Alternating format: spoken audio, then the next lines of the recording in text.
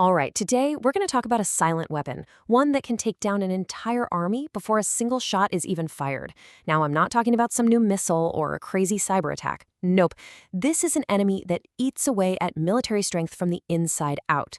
Let's dig in and figure out how it works. So, let me ask you a question. What makes a military truly powerful? Is it, the cutting edge tech? The sheer number of troops? Well, what if I told you the single most dangerous threat to a nation's defense has absolutely nothing to do with what happens out on the battlefield? You guessed it. It's corruption. And honestly, it's like a cancer. It just rots a military from the inside out, making it way weaker than any enemy on the outside could. And, as we're about to see, this problem is changing. It's evolving in some really dangerous new ways. Okay, so let's dive right in. What does modern military corruption actually look like? Because I can tell you, you can forget all those old cliches. The reality today is a whole lot more sophisticated. See, the whole game has changed. This isn't just about some general dipping into the coffers anymore. Oh no. Today we're talking about really complex, systemic stuff. Take the whole revolving door phenomenon, for example. Picture this. A top official oversees a massive multi-billion-dollar defense contract. The day after they retire, boom, they've landed a cushy, high-paying job at the exact same company that won the contract. I mean, that's a huge conflict of interest, and it's basically baked right into the system. And the real engine of all this? It's something called procurement, which really is just a fancy word for the process of buying all that military gear. But when the system is corrupt, this process turns into an absolute goldmine for shady deals. You get overpriced contracts, rigged bidding wars, and you know who pays the ultimate price? The soldiers on the front lines, who might end up with equipment that fails them when they need it most. It's that serious. Yeah, corruption like this absolutely thrives in the shadows. It feeds on secret defense deals and, let's be honest, the massive influence of private defense contractors. And here's the key. When there's no clear civilian oversight, when no one's really watching where the money is going, it creates this total vacuum of accountability. And that's exactly where this kind of abuse just explodes. And I really want to stress this point. This is not just about money being wasted. It's not just numbers on a spreadsheet. This kind of corruption has real, direct, and often lethal consequences on the battlefield. You know, this quote here from Lippert just hits the nail on the head. Corruption makes a military weaker, period. When the buying process is rotten, the gear you get is unreliable. When getting supplies depends on paying bribes, well, those supplies just disappear. And think about it. When soldiers see their own leaders getting rich while they're putting their lives on the line, morale just completely collapses. And the results you can actually see and feel, they're devastating. We're talking about weapons that jam in the middle of a firefight. We're talking about supply chains that just break down, leaving troops completely stranded. What this all amounts to is a total erosion of a country's ability to even defend itself. If you want a really stark, real-world example, just look at the ongoing conflict in Ukraine. The sources we're drawing from point out how these shady procurement deals and diverted funds have directly hurt the war effort. This isn't some academic exercise, right?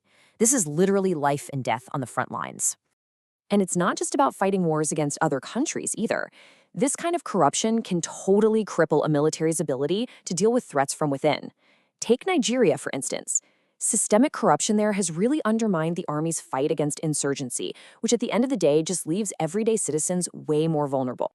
But the damage? Wow. It goes so much farther than the battlefield.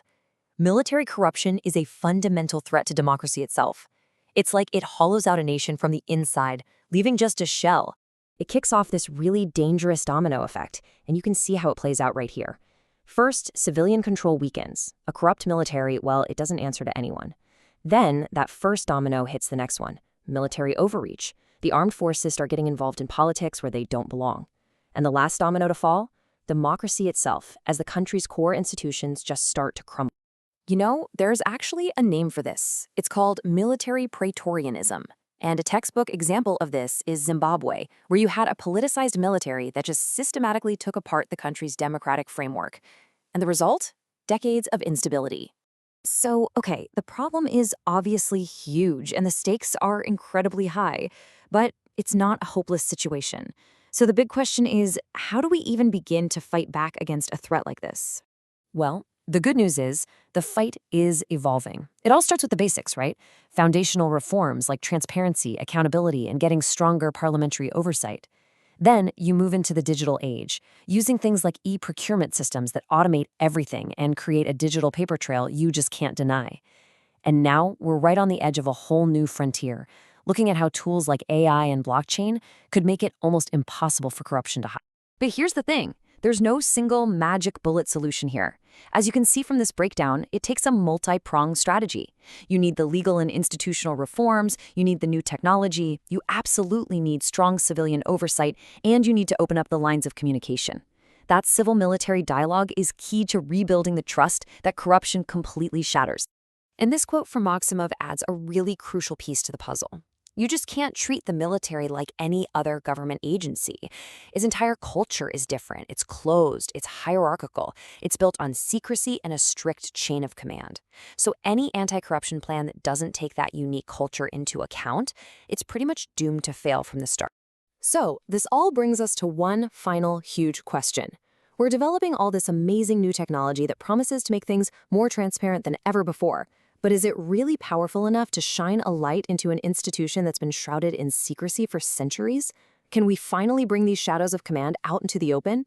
You know, the security of entire nations and the very health of our democracies might just depend on the answer.